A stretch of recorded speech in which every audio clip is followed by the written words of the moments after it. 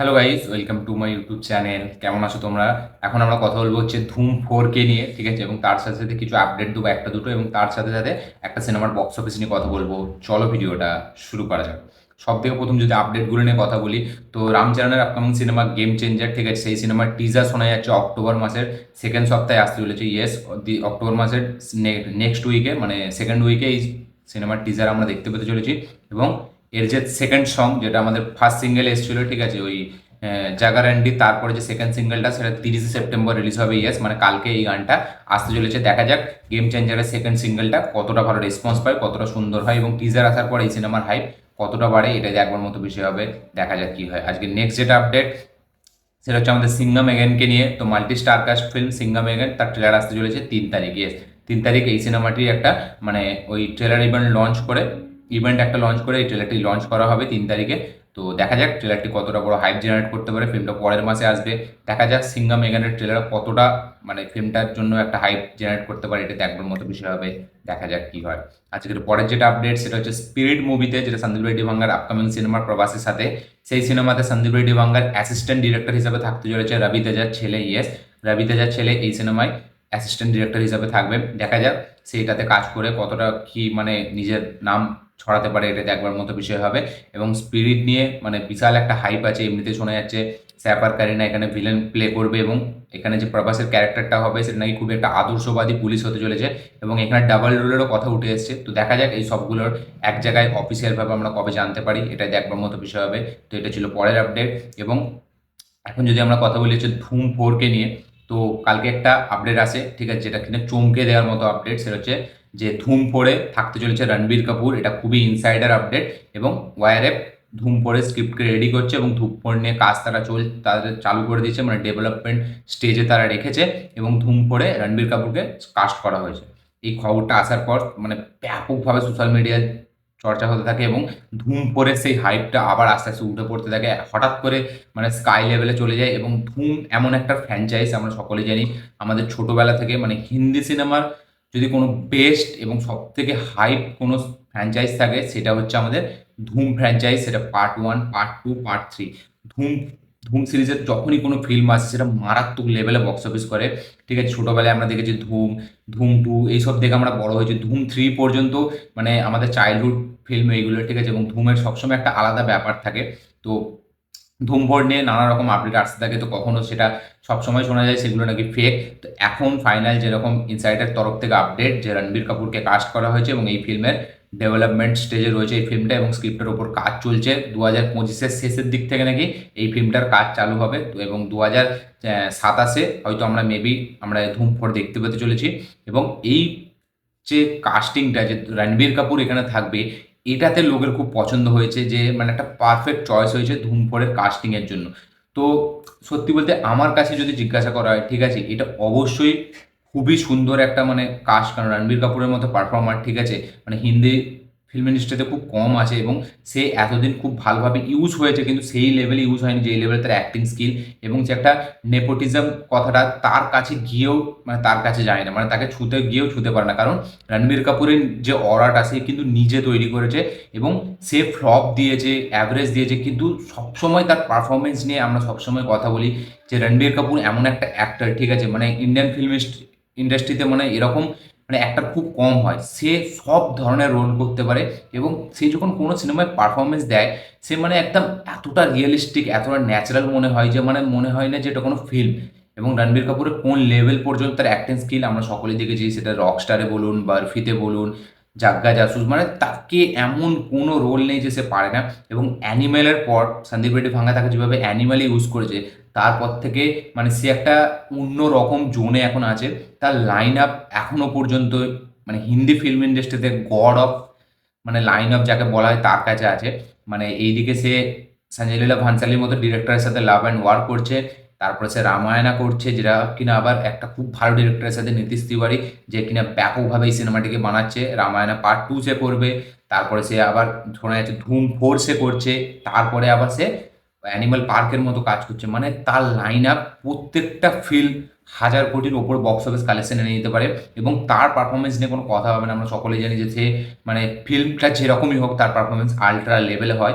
এবং ধুম ফোরের এই যে কাস্টিংটা, এটা তো সবাই খুশি। একদিকে যেমন ডন থ্রিতে রণবীর সিংকে কাস্ট করায় লোকে খুব ক্ষুব্ধ হয়ে গেছিল যে এসআরকে রিপ্লেসমেন্ট রণবীর সিং, এটা তো কোনোদিনও মানা যায় না। সেই নিয়ে প্রচুর ব্যাকল্যাশ পেয়েছে এবং শোনা যাচ্ছে যে মানে রণবীর সিংকে নাকি ডন থ্রি থেকে নাকি ব্যাকও করে দেওয়া হবে, মানে তাকে রিমুভ করে দেওয়া হবে, অন্য কাউকে নেওয়া হবে। আর একদিকে ধুম পরে এখন শোনা যাচ্ছে রণবীর কাপুরকে নেওয়া হয়েছে, যেটা কিনা সবাই খুব স্যাটিসফাইড। কারণ অ্যানিমালের পর হয়তো রণবীর কাপুরকে জানতো অনেকজন, ঠিক আছে, কিন্তু রণবীর কাপুর যে কোন লেভেলের একটা অ্যাক্টার সেটা হয়তো অ্যানিমাল পার্কের পর ইন্ডিয়ার অনেক পার্সেন্ট অডিয়েন্স জেনেছে। হয়তো 50% জানতো, 50% জানতো না, ঠিক আছে। আমার রণবীর কাপুরকে প্রথম থেকে সলিড লাগে, মানে তার আমি রকস্টার বলি বা যখন বার্ফি দেখেছি তখনই মানে সে ব্যাপক একটা অ্যাক্টার। আমার তার সব থেকে ফেভারিট সিনেমা হচ্ছে ওই যে ক্যাটরিনার সাথে একটা সিনেমা ছিল, ঠিক আছে, ওই যেইটা তু জানে না যে গানটা আছে, মানে ওটা অনেক ছোটবেলার সিনেমা, তখন আমি দেখতাম টিভিতে। ওইটা আমার সব থেকে ব্যাপক সিনেমা, আজব প্রেম কি গজব কাহিনী। তারপরে তার প্রত্যেকটা সিনেমা আমার দেখা। এবং মানে সিনেমা যদিও খারাপ হয়, তামাশার মতো সিনেমা যেটা যখন রিলিজ হয়েছে তখন ব্যাকল্যাশ পেলো, মানে চললো না, কিন্তু পরে সেই ফিল্মটা একটা কাল্ট স্টেটাস পেলো। তো এরকম রণবীর কাপুরের সাথে অনেক হয়েছে, কিন্তু অ্যানিমালের পর তার মোড় পুরো ঘুরে গেছে এবং ধুম পরের জন্য রণবীর কাপুরকে কাস্ট করার পর ফ্যান্সরা খুবই স্যাটিসফাই। কিন্তু আমি আমার কাছে মানে আমি বলবো মানে ধুম ফোরে আমি ঋত্বিককে দেখতে চাই, সত্যি বলছি। ধুম যতগুলো পার্ট বেরিয়েছে, ঠিক আছে, ঋত্বিক যেটা করে দেখিয়েছিল ধুম টুয়েতে, সেটা এখনো পর্যন্ত কেউ করতে পারেনি এমন নয়। জন, সে একটা আইকনিক ক্যারেক্টার প্লে করেছিল ধুমে, ঠিক আছে, যেটা কিনা মানে মানে কি বলবো, আনইমাজিনেবল। সেটা মানে এমন একটা রোল ছিল সে প্লে করেছিল যেটা কিন্তু ব্যাপক। ধুম টুয়েতে ঋত্বিক সেটাকে নেক্সট লেভেলে নিয়ে যায়, স্কাই হাই লেভেলে নিয়ে যায়। এবং ধুম টু এমন একটা সিনেমা বলিউডের হিন্দি সিনেমার মধ্যে, যেটা কিনা একটা হলিউড সিনেমাকে মানে মাত দেবে এরকম একটা সিনেমা। সেখানে ঋত্বিকের পারফরমেন্স, সেখানে ঋত্বিকের স্টাইলাইজেশন, সেখানে সিনেমার রাইটিং, ডিরেকশন মানে আলাদা লেভেলের ছিল। ধুম থ্রি আমির খান ছিল বলে অতটুকু কোটি টাকার বক্স অফিস কালেকশন করেছে। ধুম থ্রি এর কিন্তু স্টোরি খুব একটা হেভি কিছু নেই, অ্যাজ নয়। সেখানে আমির খানের মতো সুপারস্টার ছিল বলে, যার কিনা তখন ফর্ম মানে আলাদা লেভেলের। তখন আমির খান 100 কোটি টাকার বক্স অফিস নিজে বার করেছে, 200 কোটি টাকার বক্স অফিস নিজে বার করেছে, 300 কোটি টাকার বক্স অফিসে বার করেছে। তখন আমির খান একটা আলাদা জোনে ছিল। তখন আমির খান হচ্ছে মানে বাপ অফ বলিউড এরকম হয়ে গেছিল একটা সময়। তো সেই সময় আমির খানের মানে স্টারডমে সেই ফিল্মটা বেরিয়ে গেছিলো। কিন্তু ধুম থ্রি কিন্তু অ্যাজ সাচ খুব একটা হেভি ফিল্ম না। কিন্তু আমি চাই ধুম করে ঋত্বিককে নিয়ে আসা হোক। রণবীর কাপুর অবশ্যই একটা ফ্যাব চয়েস, আমার খুবই পছন্দের স্টার, সে আমি খুবই তার বড় ফ্যান, ঠিক আছে, এবং তার অ্যাক্টিং স্কিল আমার সবসময় অন্য রকম লাগে। কিন্তু ধুমফোরকে যদি স্টাইলাইজড ওয়েতে প্রেজেন্ট করা হয়, সেটা কিন্তু ঋত্বিককে দিয়ে ব্যাপক প্রেজেন্ট করা যাবে। এবং আমি বলবো ডিরেক্টর হিসাবে মানে ধুম টু এর ডিরেক্টর সে তো এখন মানে আছে কিনা আমি জানি না, ঠিক আছে, আমি ঠিক সলিডভাবে জানি না ধুম টুটাকে ডিরেক্ট করেছে, সেটাও আমার এই মুহূর্তে মনে নেই। তবে আমি বলবো ধুম ফোর যদি হয়, সিদ্ধার্থ আনন্দকে ডিরেকশন দেওয়া দরকার। সিদ্ধার্থ আনন্দ সে ঋত্বিককে যেভাবে প্রেজেন্ট করে সেটা অন্য রকমভাবে, এবং ঋত্বিকের প্রত্যেকটা আইকনিক যে জিনিসগুলো সেগুলো কিন্তু সিদ্ধার্থ আনন্দই এনেছে। এবং সিদ্ধার্থ আনন্দ এইসব মানে ভারী বাজেট সিনেমা ডিরেক্ট করার জন্য খুবই ফেমাস। এবং আমি চাই সিদ্ধার্থ আনন্দ ডিরেক্টর হোক এবং মানে হিরো হোক ঋত্বিক। আমার এটা খুব মানে আশা ছিল যে ধুম পরে যেন ঋত্বিককে দেখতে পাই এবং সেই ধুম টুয়ের লেভেলটা যেন আবার ফিরিয়ে আনেছে। তো রণবীর কাপুর সে অবশ্যই একটা বেস্ট চয়েস, হেভি চয়েস। তো দেখা যাক কিরকম কি হয়। এবং এই ফিল্মটা আগে কতদিন পর আমরা এই ফিল্ম থেকে আরও আপডেট পাই অফিসিয়ালভাবে, টিজার টেলার কতদিন পর দেখতে পাই, কবে অফিসিয়াল অ্যানাউন্সমেন্ট আসে, ফিমেল লিড হিসেবে কাকে থাকে এটা কবে জানতে পারি, আরও কাস্টে কাকে কাকে দেখতে পাই, অভিষেক বচ্চন এবং উদয় চোপড়াকে আবার দেখতে পাই নাকি। যেরকম শোনা যাচ্ছিল যে নাকি অভিষেক বচ্চন নাকি ধুম করে থাকবে না। তো দেখা যাক তার রিপ্লেসমেন্ট কে হয় এবং উদয় চোপড়াকে আবার নিয়ে আসা হয় নাকি, কারণ এই জুটিটা খুবই ফেমাস, খুবই একটা আইকনিক জুটি। দেখা যাক সেটা কি হয়। তো ধুমপোর মানে কাল থেকে এটা সোশ্যাল মিডিয়া আসার পর প্রচুর এটাকে নিয়ে কথাবার্তা হচ্ছে। ধুমপোর একটা আলাদা লেভেল একটা স্টেজে আছে এবং রণবীর কাপুরকে নেওয়ার পর ফ্যান্সরা খুবই এক্সাইটেড, জেনারেল অডিয়েন্স তারাও বিশালভাবে এক্সাইটেড। তো আমার খুবই পছন্দ হয়েছে মানে এরকম একটা কাস্টিং দেখে। তবে ঋত্বিক হলে একটা ব্যাপারটা আরও আমার একটু বেশি বেটার মনে হতো।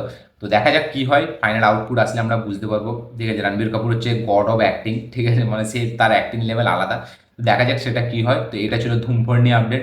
এখন যদি আমরা কথা বলি, এবং হ্যাঁ আরেকটা কথা বলে দিই, রণবীর কাপুরের যে লাইন আপটা এখন আছে যেটা আপনাদেরকে বললাম, সেটা কিন্তু বলতে গেলে বিগত ফিল্ম জগতে সেটা কিন্তু এরকম লাইন আপ কারণ নেই। মানে যেখানে সে সঞ্জয় লীলা ভান্সালির সাথে লাভ অ্যান্ড ওয়ার্ক করবে, যাতে ভিকি কৌশলের মতো পারফর্মার থাকবে, আলিয়া ভাটের মতো অ্যাক্ট্রেস থাকবে, সেই ফিল্মটা তো আরামসে মানে 700-800 কোটি টাকা তো ইজিলি কামিয়ে নেবে, ঠিক আছে। তারপরে রামায়ণে আসছে যেটা কিনা একটা হিন্দু মাইথোলজির সাথে বেস্ট, সেটা আবার নীতিশ তিওয়ারি ডিরেক্ট করবে, যে কিনা দাঙ্গাল, ছিচড়ের মতো ডিরেক্টর ডিরেক্ট করেছে। তো তার মানে লাইন আপের যে ডিরেক্টরগুলো সেগুলোর লেভেলটা আপনি দেখুন, সঞ্জয় লীলা ভানসালি, নীতিশ তিওয়ারি, এইদিকে আমাদের সন্দীপ রেড্ডি ভাঙ্গা, এইদিকে ধুম ফোরে যদি হয় কাউ গালি আব্বাস জাফর বা সিদ্ধার্থ নারায়ণ যাকেই দেওয়া হোক, মানে ফ্যাব একটা ব্যাপার হয়ে যাবে, মানে হেভি একটা ব্যাপার হয়ে যাবে। তো এই লাইন আপটা নিয়ে আপনাদের কি বক্তব্য অবশ্যই কমেন্টে জানাবেন। এখন যদি আমরা কথা বলি যে বক্স অফিস কালেকশন নিয়ে, সেটা হচ্ছে Debra part 1, junior NTR recently release হওয়া সিনেমা, ব্লকবাস্টার ওপেনিং নেওয়া সিনেমা, সেটা হচ্ছে দেবরা পার্ট 1। এই সিনেমাটির হিন্দি ভার্সানের যে কালেকশনটা সেটা এসছে 7.5 কোটি প্লাস। ইয়েস, মানে এটা কেউ এক্সপেক্ট করেনি যে 7 কোটির উপরে এই ফিল্মটা কালেকশন করে নেবে। হিন্দি বেলটা সেরকম হাইপ ছিল না। অ্যাডভান্স বুকিং দারুণ লেভেল হয়েছে, মানে গড লেভেলে হয়েছে অ্যাডভান্স বুকিং, ঠিক আছে, কিন্তু সেটা ওয়ার্ল্ড ওয়াইড জুড়ে হয়েছে। হিন্দি ভার্সানে সেরকম এক্সপেক্ট করা হচ্ছিল না, কিন্তু সেটা ফাইনালি একটা টুইস্ট হিসাবে কাজ করেছে। 7.5 কোটি প্লাস এর বক্স অফিস কালেকশন এসছে, এবং ওয়ার্ল্ড ওয়াইড যেটা এসছে সেটা পুরো চমকে দিয়েছে। মানে প্রডিউসার ফিগার হিসাবে ওয়ার্ল্ড ওয়াইডে 172 কোটি টাকা এই ফিল্মটা বক্স অফিস করেছে। ইয়েস, যেটা কিনা সালারের পরে, মানে সালারের থেকে 6 কোটি টাকা কম। 172 কোটি টাকা, এটা কোনো তেলেগু বা তামিল স্টার হিসাবে, ঠিক আছে, মানে তেলেগুতে শুধু প্রভাস বাদ দিয়ে বাকি কোনো হিরো সিনেমা 172 কোটি টাকা ওয়ার্ল্ড ওয়াইড বক্স অফিস করেনি। তামিলে থালাপতি বিজয়েরও হাইয়েস্ট ক্রসিং কালেকশন হচ্ছে লিও, 148 কোটি টাকা। তো প্রভাসের পর বক্স অফিসের দিক থেকে কিং এই মুহূর্তে বলা যায় সাউথ থেকে, সেটা হচ্ছে জুনিয়র এনটিআর। এবং সেকেন্ড দিনেও কিন্তু ভালো গ্রোথ আছে। হিন্দি ভার্সানে আরও যেরকম শোনা যাচ্ছে 9 কোটির উপরে বিজনেস আসতে পারে। মানে এস রাজমৌলির সাথে ফিল্ম করার পর কোনো অ্যাক্টারের কোন লেভেলে হাইপ যেতে পারে সেটা জাস্ট এই বক্স অফিস। আমি তো মানে কোনোভাবে এক্সপেক্ট করিনি যে 150 কোটি প্লাস কালেকশন আসবে। আমি ভেবেছিলাম 110, 115, ঠিক আছে, জওয়ান পর্যন্ত হয়তো সীমিত থাকবে। 172 কোটি টাকা, মানে সত্যি বলছি ইম্পসিবল ব্যাপার ছিল এটা, এবং সেটা আমি জাস্ট ভাবতে পারিনি এইভাবে কালেকশন আনবে। এবং এখান থেকে বোঝা যায় এস রাজমৌলি তার সাথে যদি কেউ ফিল্ম করে, তারপরে সেই হিরোটার কোনো সোলো ফিল্ম আসলে সেটা কিভাবে বক্স অফিসে তাণ্ডব চালাবে। ফিল্মটা হিট হতে গেলে 380 কোটি টাকার কাছাকাছি গ্রস কালেকশন করতে হবে, দেখা যাক সেটা করতে পারে নাকি। সেকেন্ড দিনের কি বক্স অফিস কালেকশন এসে এটা আমি কালকে জানাবো। তো 172 কোটি টাকা total world wide first day box office collection হচ্ছে দেবারার। দেখা যাক ফাইনাল বক্স অফিস কালেকশন কোথায় গিয়ে দাঁড়ায়, এবং এই ফিল্মটা উইকেন্ডে কিরকম কি বিজনেস করে, এটা দেখবার মতো বিষয় হবে। তো এই ছিল আজকে টোটাল আপডেটস, ধুমফোর নিয়ে কথাবার্তা, তার সাথে সাথে বক্স অফিস কালেকশন। আপনাদের কি বক্তব্য, আপনাদের কি মতামত, কতটা এক্সাইটেড আপনারা এই সব ব্যাপারগুলো জেনে, অবশ্যই কমেন্টে জানাবেন। আমার এই ভিডিওটি ভালো লাগে থাকলে লাইক শেয়ার কমেন্ট করে দিন। চ্যানেলটি নতুন হলে চ্যানেলটিকে সাবস্ক্রাইব করুন, বেল আইকনটি প্রেস করতে ভুলবেন না। দেখা হচ্ছে পরের ভিডিওতে, ততক্ষণের জন্য বাই।